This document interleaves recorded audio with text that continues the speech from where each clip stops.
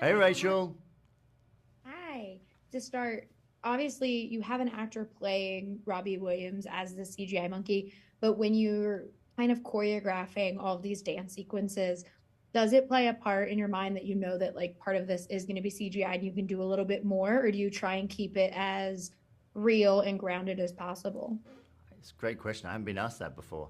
I mean, I think that because you're already dealing with a fantastical character, we're always trying to keep it very real and very grounded. So the dance moves have to be something that you can actually do. Mhm. Um, um, and so there's got to be a physicality to it for you to believe that this is a real person in a real world. I think there's some little moments of spectacle where you can heighten that because you're already in a heightened state. Mhm. Um, but particularly for the dance sequences, we always try to keep them physical. Yeah, well, and I have a question because it's online is very funny to me because everyone in America is suddenly learning who Robbie Williams is. I was a One Direction girl in college, so like I knew who Robbie Williams was through that. But it is really funny kind of seeing how many people are now learning about Robbie Williams through this CGI monkey version of him. Yeah. When you guys were kind of coming up with the concept and working through this, was that ever on your radar that there are maybe some Americans or people in this world who don't know him and this is their first interaction with it? Completely, yeah. I mean, we knew full well that the majority of America don't know who Robbie Williams is. Mm. But then, I don't know whether the character Bradley Cooper plays in A Star Is Born is based on a real person or not a real person. Yeah. So, what's interesting is in a film like that, you just buy into the character. You invest and you care about them. And so, for me, it was almost like for people who don't know Robbie Williams, what's amazing is they watch this like it's an original musical, like The Greatest Showman. Mhm. They're hearing the songs for the first time, they're hearing the story for the first time, and that's great. It's just very different to people outside of the US who obviously know who he is.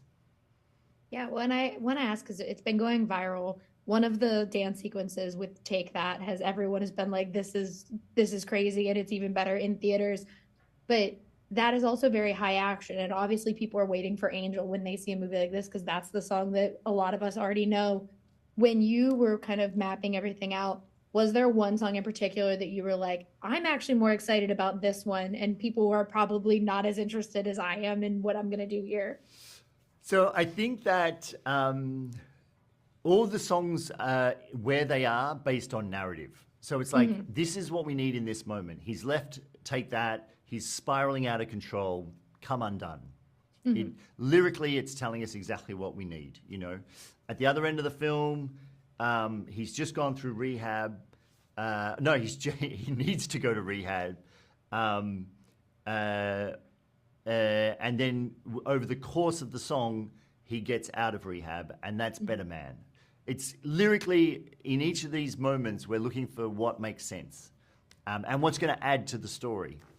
Um, that said, something as simple as the writing session for Something Beautiful Hmm. is probably the most unexpected for me because there's no spectacle, there's no dance.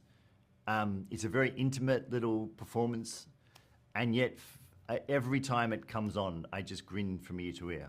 I love that moment so much. It feels like someone sort of for the first time being honest, and I think it's incredibly human.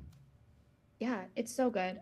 Thank you for talking with me. Before I leave, I have to tell you, I've now started a tradition every year. My friends and I start New Year's by watching my favorite video on the internet, which is when Hugh Jackman was so moved by the music that he had to sing from now From now on at on, the workshop. that was It is my uh, all-time favorite video. that's a great tradition. That it was that was an amazing day being in the room for that. That was a real goosebumps moment. Yeah, it was really funny watching my friend realize that Cynthia Riva was in that room because we didn't tell her. We were just like, watch the video that it panned over, and she was like, ah. I know, crazy, right? We were But very, thank you very so much. fortunate to have Cynthia there. It was so good. But thank you so much. I love Better Man, and I can't wait for everyone else to get to see it. Thank you so much. Great to meet Thank you. you for a great one.